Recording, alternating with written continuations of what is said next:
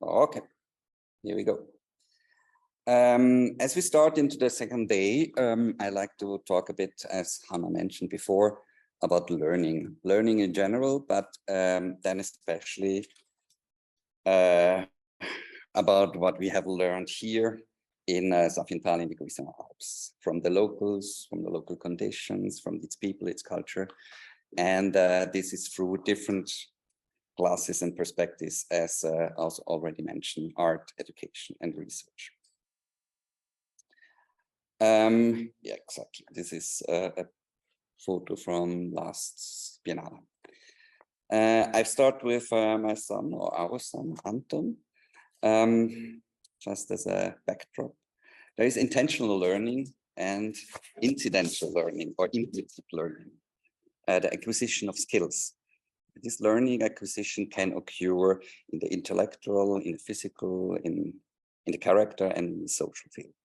The ability to learn is a basic requirement for humans, and as well as animals, maybe even plants, we don't know, to be able to adapt to the conditions of life and the environment, to act meaningfully within them, and if necessary, to change them in their own interest.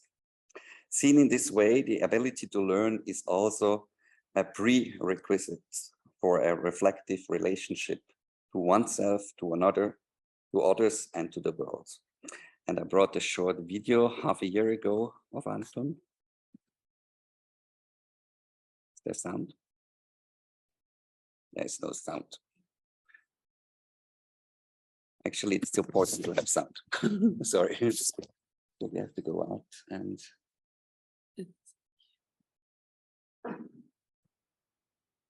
Sorry.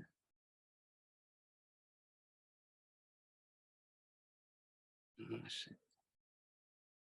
Didn't get that one.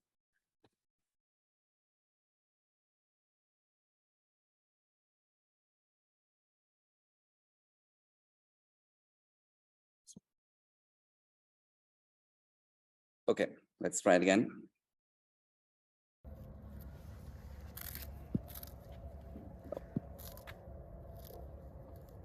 Anton, du musst nicht teilen.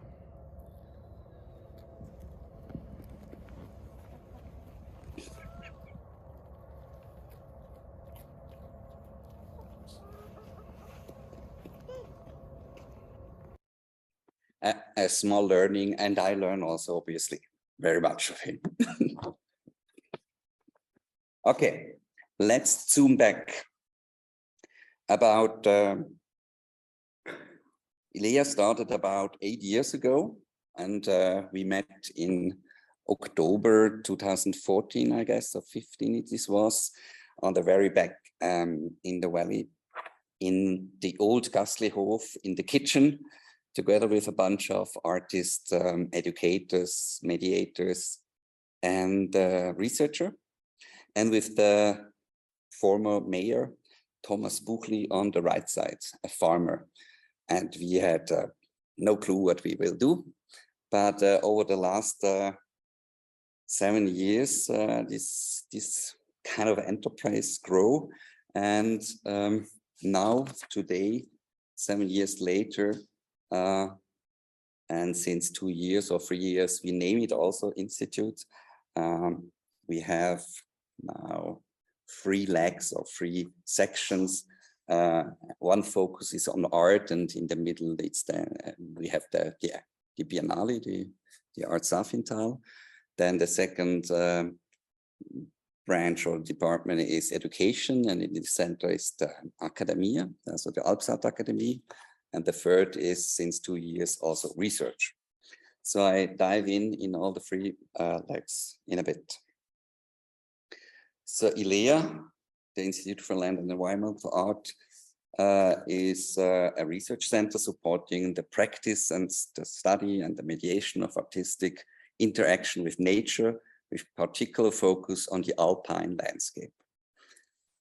Next to the organization of the Biennale and the Summer School and the Symposium, ILEA conduct long-term research projects, publishes and edit volumes, series, and it's building up a residency program.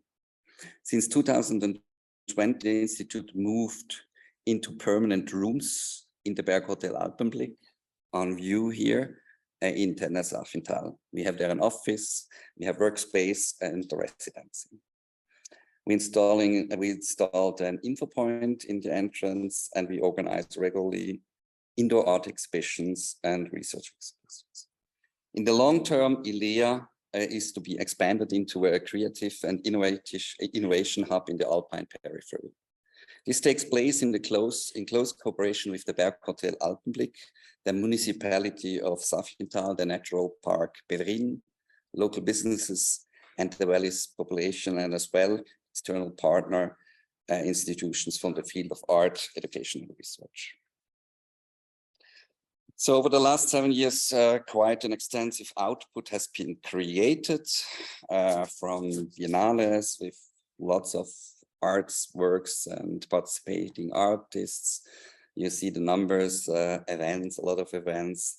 The summer academies with about over 100 participants, 3 symposias. We have currently running 3 research projects. 2 publications already came out, 2 are in the making with a lot of commissioned texts. We had 5 indoor exhibitions and already 5 artists and curator had a chance to stay in the residency in the Alps, in the Alpenblick. So today we're talking about the theme or motto learning from the earth, and I read that through the 3 legs. So first the Biennale. The Art Safenthal, since 2016, a created international outdoor Biennale exploring the latest tendencies in environmental and land art. The exhibition is created around a specific themes. 2018, it was horizontal vertical. In 2020, there was analog digital. And this year, as you know, it's learning from the earth. For 100 days, 40 to 15 projects or works of art are distributed through the whole valley, which is 25 kilometers long and can be accessed by the public free of charge 24/7. The program is a program of complementary events and mediation is presented in conjunction with the exhibition. Now I do a quick look on some of the works and projects of the current Biennale and how we can learn from them or through them. This one is the work from Berge ohne Grenzen from Julius von Bismarck, and we can learn from the tree. So he planted a tree 200 meters above the tree line. This is a work by Markus Mäder. So to speak, we can say we can learn from the forest and much more. And I know he's here and he will speak tomorrow more extensively about that project, which is also part of the research department. And it's an ongoing research since last year and it will go on also next year. So learning from the forest. The same could be said also from Ursula Biemand, learning from the forest, but also from the indigenous and much more. We're looking very forward to have her here later today. She will show us Forest Mind and have a talk then with Damian Christing about it. So learning also from the forest, then maybe here we can say learning from the garden or from the potatoes. The artist duo Steiner Lenzlinger made 3 pieces, and this is one of it. It's called Ackergold, and we can learn now from this garden and from also this, I think 20 or 15 different sorts of potatoes. We have Damindra also with us. We hear and see him also tomorrow. He made this, or still it's an ongoing project, that the grass pavilion, so we can learn about the grass and behind that also agriculture. From Saskia, we can also learn about the forest, the soil, the roots, and also ancestors. It's a performance and also installation.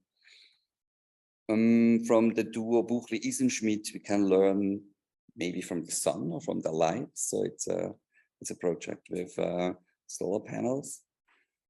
From the duo Badel-Sarbach, we can learn from the fish or from the river, from the interrupted streams of water in this valley, the lost water.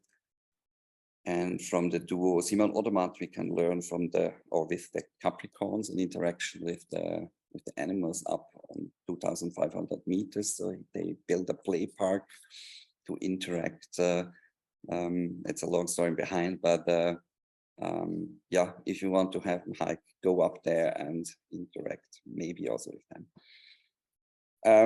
All works are site specific, of course, but especially this one from Ben Vautier, terrain vague. So we can learn from the terrain, from the site. Same can be said from the work of the Bergkanzler, who is its fourth iteration. So it's actually popping up every time on a different place in the valley. So it's framing the landscape. And also the work of Lara Amasekowi. So we can learn from the quarry, from the constantly shifting landscape and this working place, and especially also the material. So the material is really important in that work, similar to also this work from Lithic Alliance. We can say learning from the stones or for learning from this abandoned tunnel, and of course in combination with sound and the whole site's experience. One of the work addresses the failure to meet climate targets and writing this answer clearly, loudly, and in 3 meters big letters into the landscape. No, so we haven't yet met these climate targets so far. So this a really quite quick run through about the works of this year's Biennale and the learnings we might take home with it. Just a few a small selection of earlier learnings from previous editions of the Biennale. This one from 2020, Dennis Hanschin, learning from the sheep. So he lived and worked 4 months in the valley together with the sheep and developed several different projects. And this is learning from the stones, maybe from Patrick Rohner. Learning from, this is a work from Fragmentin, and they build up a via weather station on top of Schlüchtli, and we can learn about the weather probably. So you could see the visualization of data streams, which you usually can't experience with bare eye. James Bridle, we can learn from drones or the shadows. The shadows of drones show us where they constantly be and how big they are the size. They are 2 or 3 times the size of a car. And they're constantly above us. 2 years ago, earlier, we could learn about the hole in the middle of Tenma. And we could learn about, or from bees at the end of the valley. And next to producing honey, it was also a sound installation. Or this one from Bob Gramsma, where we learned a lot of regulation of dams and hydropower plants and the water use within this valley. That's another one from Lita Albuquerque, calling Transparent Earth, and it's listening to the Earth, this blue lady on top of 2,200 meters, lying and listening into the Earth. Then in the first year, in 2016, we had the first iteration of Bergkanzel, so the framing or learning from that landscape. We had this installation of Jaffa Lam from Hong Kong, where she said, okay, in your valley, only 400 people lives in the back valley, and in my house, twice of them are living, and that's the why we do laundry. And she integrated the whole population here in the valley. And on one hand, we can also learn about their laundry practice, maybe. Learning from a ski lift, or what you can do also with ski lift during summer. This is a work from Filippo Minelli. And that was an intervention especially set up for cows. So there was only one day we could visit it. Otherwise, the paintings were exclusively for the cows. So maybe learning from the cows as well. There were also interactions in the local grocery stores. So we could also learn from the locals, because the stories in the performance were their stories from the locals. Okay, this is a really quick overview from what happens in the last 4 editions on the Biennale side. Let's dive in a little bit to the Alps Academy, the second leg of the Institute. Since 2016, an international summer school academy has taken place every second year, every 2 years in Tenna. The academy is dedicated to exploring the latest tendencies in land and environmental art in relation to the theme of the Biennale. 20 to 30 international participants are selected through an open submission to take part in a 10-day program of workshops, seminars, talks, field trips, and the public symposium. The final project will be presented within the framework of the Biennale at the end of the academy.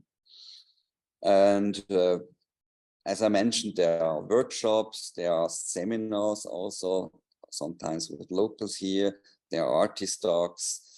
We have site visits. Here's the village tour with Otmar. Presentations, that's from last time. And since we don't have the final work from this year to present, this is in a week, we can show them. A quick look back through some of the academy projects from the last few years. That's from the first iteration in 2016. Bumelani on the left from South Africa and Philippe Matesic from the US on the right. They met in the academy and they formed a local band together with these two men in the middle, and they formed it's called the Reinhard Spörri Quartet. So they learned also their local tunes, and so the learning is also their local music. And it was quite fusion, and in the end there was a concert, and it was fun. Learning from nature, you can say here, it's a shrine for nature from the Indian artist Raji Jain, also in 2016. This is from 2018. Maybe you can say learning to catch or frame clouds. That's a cloud catcher from Caroline Schwab. That's a sound installation from Gabriela Munguy, a Mexican-Argentinian artist. Also taking and working with sounds from here, locally sounds. This was a crown piece, of course, the action painting or sheet painting from Paolo Uboldi, also in close collaboration with the local farmers. This was a more research-based work from Christoph Solstreit Pirkla. So it deals with learning of the history.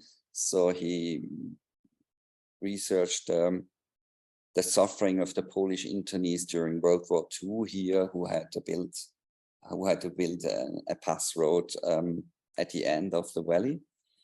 And last but not least, learning from the weather, we could say. This was a project from Simon Odermatt from the last itineration. On the second day of the academy, the weather was changing. We suddenly had 30 centimeters of snow, and all the projects that they planned outside the hour hardly possible. So they came up with building a sled who can fly. They put on some drones out it, and then build it from balsa holes, and it's a wonderful piece. Okay, so we come to the third leg and the last leg for now, the research part or the institute part. So we, as mentioned, we have this office, library, archive. We have research projects such as this from Markus Mäder. We will have him with us tomorrow and even also on Monday for a seminar. So he will talk more extensively about that.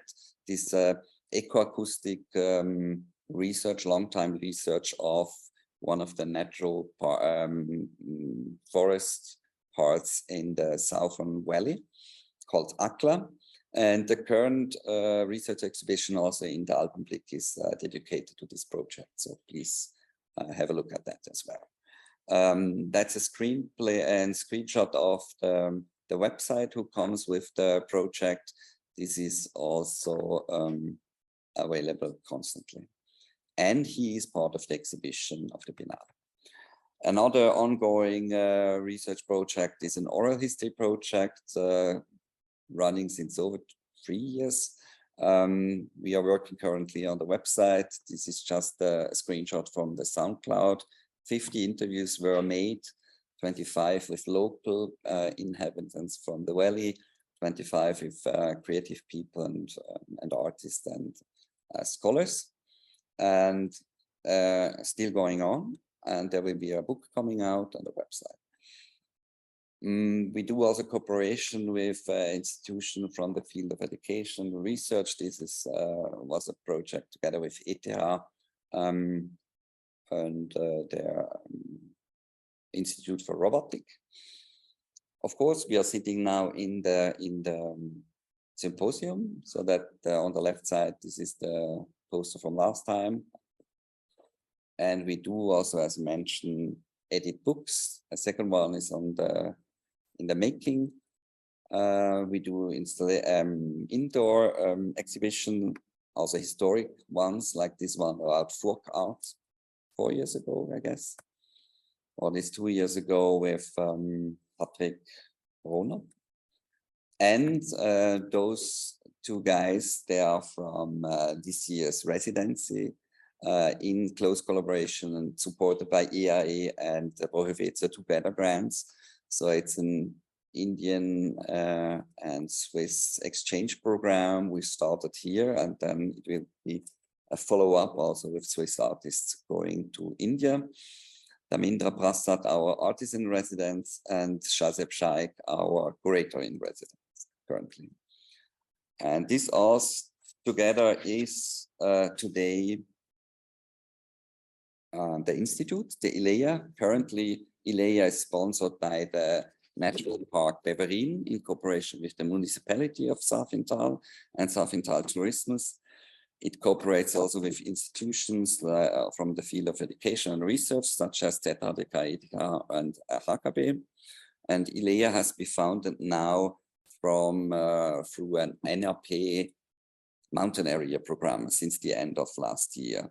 And this is in order to develop a in the long term, ILEA should become kind of a content center for creative, let's call it industries and art, and a creative laboratory and research and education center in the Safintal, in the rural area, in the periphery. So much my brief thoughts on ILEA and the visions. That's I'm looking forward actually to the next 2 days of this symposium and of the following 7 days of the academy, which continue for another week, as you know. And I'm convinced to learn a lot from you, from your ideas, from this also creative energies, this inspiring place. And just a small advice from myself: be open, be curious. Listen to the mountains, listen to the grass, listen to the cow or to the cat. Or for my part, I learned a lot in the last 2 years, also from Anton. Just every day, how devoted he can examine maybe a hole or a stick, or with what kind of pleasure he can play with water or puddles. and how he can explain himself and to us this world that is still quite new to him. And recently he started to explain us art. And that's the movie I brought to you for the end. Anton, was ist Kunst? Das ist Kunst. Ja. Thank you.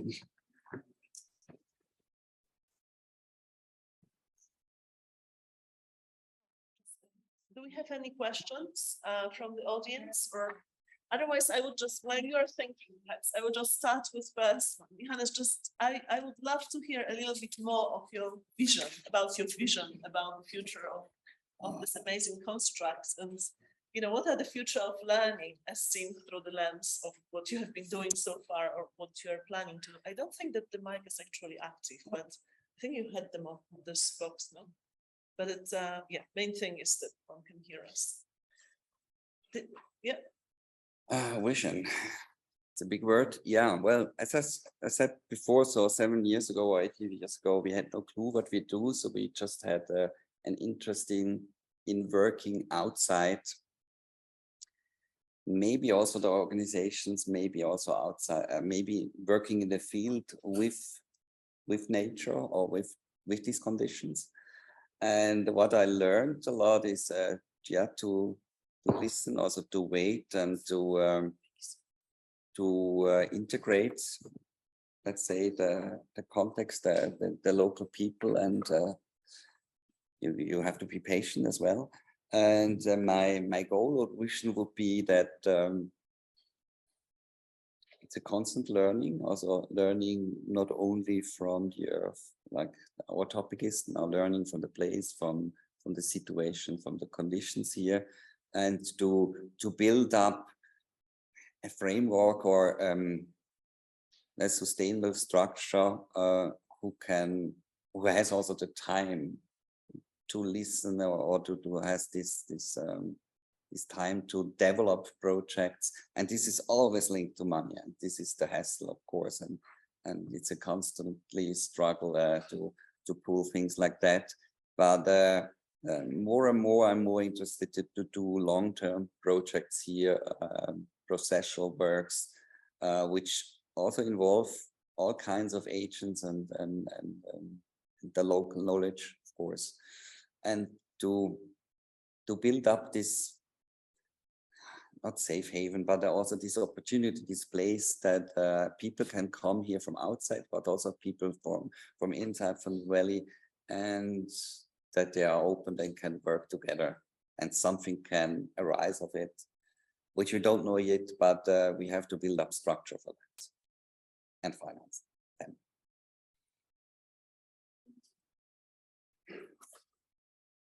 Yes. Yes, or go for it. But wait for possible outputs of this learning process. What are the output of the learning process? So the question, I will just reiterate the question, because I think we are recording and I'm not quite sure if this will get recorded. So either you wait for my, or I will reiterate this. Is it okay? Yeah. Sorry, could you tell me again? I forgot the question. Possible outputs of the learning process. What are the possible outputs of the learning process? Johannes? Thank you. Well, some of them you already saw from the classical one, as we had before, like art pieces, works, exhibitions, talks, books, websites, archives, etc., etc. But actually, I'm really open to new ones. I'm thinking of archive and a big accessible, by web accessible online archive, who bundle that. Even if you have to print books, it's limited. It's well, it's always a problem with language, of course. It can be also a chance, and it's very rooted to the local tradition here, and we always have the problem to communicate with when we bring in international people and with the local people who are not so fluent in English as myself. I'm not fluent.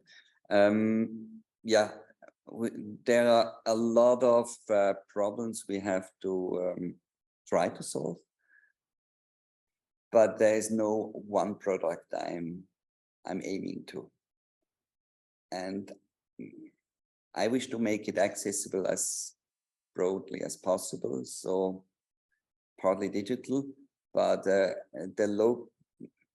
physical local experience is also very key. So that's why you can always have nice pictures on your Instagram account, but you have to come here and you hike 2 days to experience maybe this work or this, maybe also these conditions to, and then you dive in not only in the landscape, but you also met the, let's say the local culture or the local people, and you eat here, you sleep here, you talk with somebody from here, and this becomes an overlapping in the whole thing, which is, if you probably don't have in the White Cube, or if you go over lunchtime for a show in the Kunsthaus and then you go back to work. So you need time, and you need patience, and you need money to make that possible. And this is only learning question that I'd like to follow, because how are you financing it, and what are the chances and possibilities in the future for the shared science? Yeah, it's always Selbstausbeutung, was heißt das? Self-exploitation. Exactly, and it's every day, every year worse, because now we are growing. We have more professional standards. Yeah, and now we have a son, so I have less time. So in the past, I did a lot of volunteer works, and this is not possible anymore. So we need also support from different sides. Otherwise, this is not sustainable.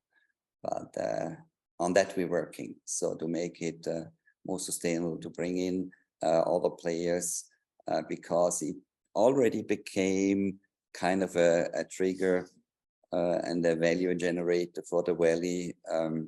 It brings in people, it brings in ideas, it brings the exchange, also culture exchange. It keeps also the valley awake, maybe also against the brain drain. Also, they have still also the problem that the young are leaving because there are not too many jobs here, etc., etc. So on a very slow scale, we can make a contribution against that tendency, and yes. Why did you choose this pen? It's kind of choose myself, or it's kind of coincidence. It started 20 years ago. We did a movie here, and then I didn't return for 8 or 9 or 10 years.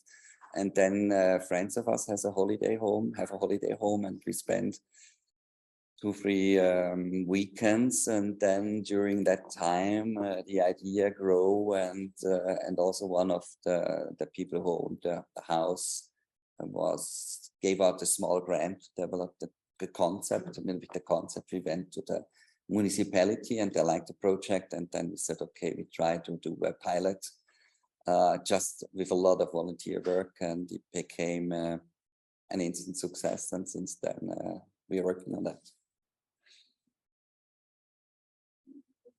Sure. Obviously, ILEA is very specific to this particular valley and to this region.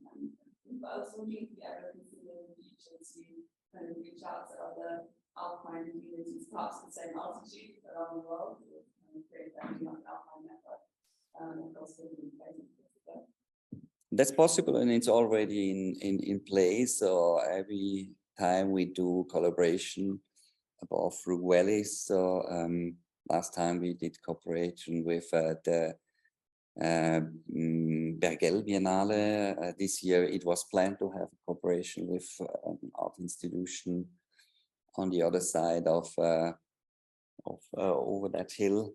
But sometimes we had to get we have to cancel work, mostly because of money and availability. There are a lot of ideas, and we get approached also a lot now more on the field of cooperation, co-production, and also research, which is great. And we have to see what we can handle, but I'm very much open to all kinds of those things.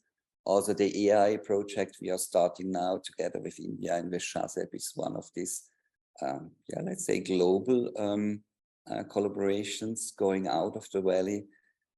It's not about staying in the valley. It's always bringing in, it's a two-way discussion and not enterprise, but as you guys coming in from 12 different countries, you come in with your all kinds of different views and you go out again.